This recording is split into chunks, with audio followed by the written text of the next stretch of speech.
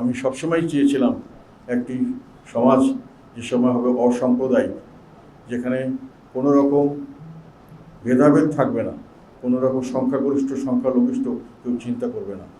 সকলে এই দেশের মালিক, সকলে একসঙ্গে মিলে আমরা এই দেশকে গড়ে তুলব। যে সমাজে সংখ্যালঘু সম্প্রদায় নিরাপদ বোধ করে না, সেই সম্প্রদায়কে সভ্য সমাজ বলা যায় না।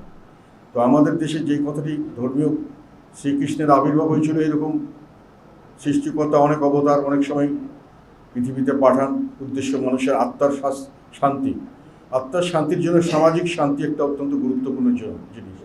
এবং এই সামাজিক শান্তির জন্য যেটা দরকার হয়, যেটা আপনারা সকলেই বলেছেন, সেটা হলো অত্যন্ত গুরুত্বপূর্ণ বিষয় হলো দুষ্টের দমন এবং শিষ্টের পালন। সমাজে যদি এটা করা যায়, সমাজে শান্তি থাকে, সুশাসন থাকে, এবং এই সুশাসন থাকলেই মানুষের আত্মা শান্তি পায়, সমাজ শান্ত থাকে, মানুষের শান্তিতে থাকে। সেই কারণে শ্রীকৃষ্ণের যে বাণীটি ছিল, প্রধান কাজ যেটা যেভাবে আমরা ধরি না কেন, যে উনি দুষ্টকে দমন করতে এসেছিলেন, শিষ্টকে পালন করতে এসেছিলেন। এখন আমাদের দেশের যে পরিস্থিতি আমরা দেখছি, সেটাতে দুষ্টের পালন হচ্ছে, শিষ্টের দমন হচ্ছে। এখন আমরা দেখতে পাচ্ছি সেটা হলো দাগী আসামি, খুনি, যাদেরকে মোটামুটি যারা দ্বন্দ্বপ্রাপ্ত তাদেরকেও ছেড়ে দেওয়া হচ্ছে জেলখানা থেকে। আর একেবারেই রাস্তা থেকে ধরে অনেক অসহায়, নিরীহ, সম্পূর্ণ নির্দোষ মানুষকে আমরা জেলখানায় ভরিয়ে দিচ্ছি। এবং জেলখানায় ভরিয়ে দিচ্ছি, এখন সরকারের বক্তব্য হলো আমরা তো করছি না, অনেকেই করছেন, অন্যরা সবাই করছেন। এবং ওনারা এটাতে দুঃখ প্রকাশ করেছেন, এটাতে কনসার্ন জানিয়েছেন যে এই কাজটি ভালো হচ্ছে না, এটা ঠিক হচ্ছে না। কিন্তু ওনারা এটার সুযোগ সুবিধা সম্পূর্ণভাবে নিচ্ছেন। কীভাবে?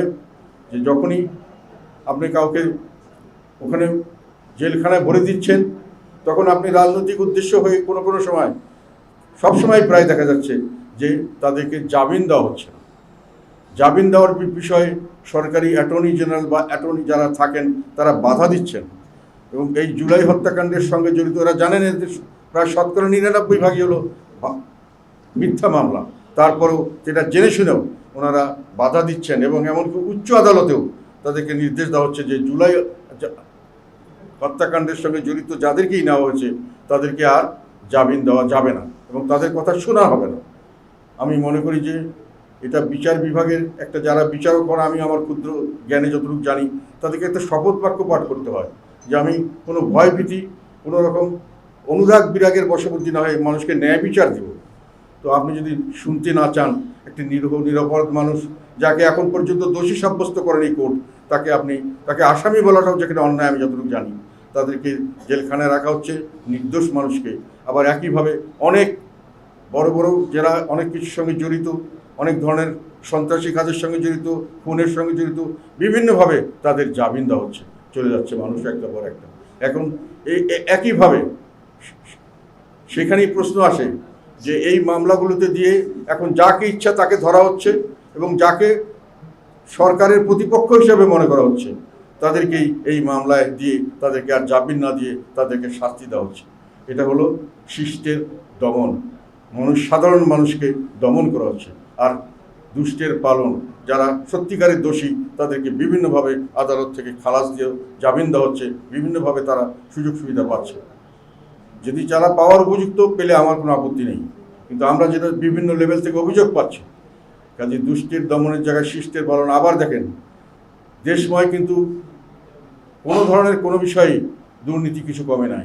কিছুদিন আগে একজন সচিব রিটায়ার করেছেন, সিনিয়র সচিব, ওনার একটা বক্তব্য শুনলাম ইউটিউবে। উনি একটা মিটিংয়ে প্রকাশ্যভাবে বলছেন যে 8 জন উপদেষ্টার বিষয়ে ওনার কাছে তথ্য আছে যে তারা বিভিন্নভাবে শত কোটি টাকার দুর্নীতি করছেন, পোস্টিং দিয়ে, ট্রান্সফার করে, বিভিন্ন লোকের অ্যাপয়েন্টমেন্ট দিয়ে, বিভিন্ন কন্ট্রাক্টের মধ্যে তাদেরকে হস্তক্ষেপ করে তারা বিভিন্নভাবে মানুষের থেকে টাকা আদায় করছেন। কোনো কাজ টাকার বিনিময় ছাড়া হচ্ছে না, উনি চ্যালেঞ্জ করেছেন এবং উনি বলেছেন আমার কাছে সমস্ত ডকুমেন্ট আছে।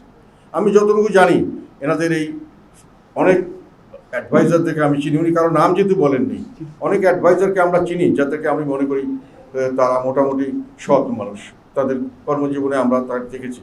কিন্তু তারপরেও তাদের ডিপার্টমেন্ট নিয়ে যদি হরির লুট হয়, সেখানে তো তাদের দায়িত্ব থাকবেই। সেই দায়িত্ব তো তারা এড়াতে পারবেন না।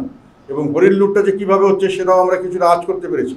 কারণ যেটা আমি বারংবার বলছি, সরকারের বিশেষ করে আমাদের প্রধান উপদেষ্টা যাদেরকে ওনার নিয়োগকর্তা এবং ওনার অভিভাবক হিসাবে তাদেরকে সর্ব জায়গায় সেইভাবে গ্রহণ করার জন্য সমস্ত উপদেষ্টা পরিষদকে যখন বলে দিয়েছেন এবং উপদেষ্টারা যখন তাদের কথা মতো চলছেন, তখন তাদের পক্ষে ক্ষমতার যেটা হয়, ক্ষমতার পেলে মানুষের দুর্নীতির দিকে ঝুঁকে পড়ে। আর যদি সর্বময় ক্ষমতা পায় তাহলে তারা সার্বিকভাবে দুর্নীতিগ্রস্ত হতে বাধ্য। এটা যেটা বলা ইংরেজিতে কথা আছে, লর্ড অ্যাটনের কথা, সেটা হলো power tends to corrupt, absolute power corrupts absolutely. কাজেই এই ক্ষমতা পেয়ে অনেকেই হয়তো দিশারা হয়ে গেছেন, যেটা অভিযোগে আমরা যেটা বুঝতে পারি, এবং সেখানে দুর্নীতির সাম্রাজ্য চলছে। কিন্তু সেখানে তাদের বিরুদ্ধে আমরা কোনো রকম অ্যাকশন হতে দেখি না। আমরা অ্যাকশন হতে দেখি আমাদের মতো মানুষের বিরুদ্ধে, শত শত হাজার হাজার নিরপরাধ মানুষ, তাদেরকে বিভিন্নভাবে হয়রানিমূলক এই সমস্ত দুর্নীতি দমনের মামলা দেওয়া হচ্ছে এবং তাদেরকে ভোগান্তি, তাদের পিছনে যত রকম ধরনের কষ্ট দেওয়া সম্ভব সেটা দেওয়া হচ্ছে।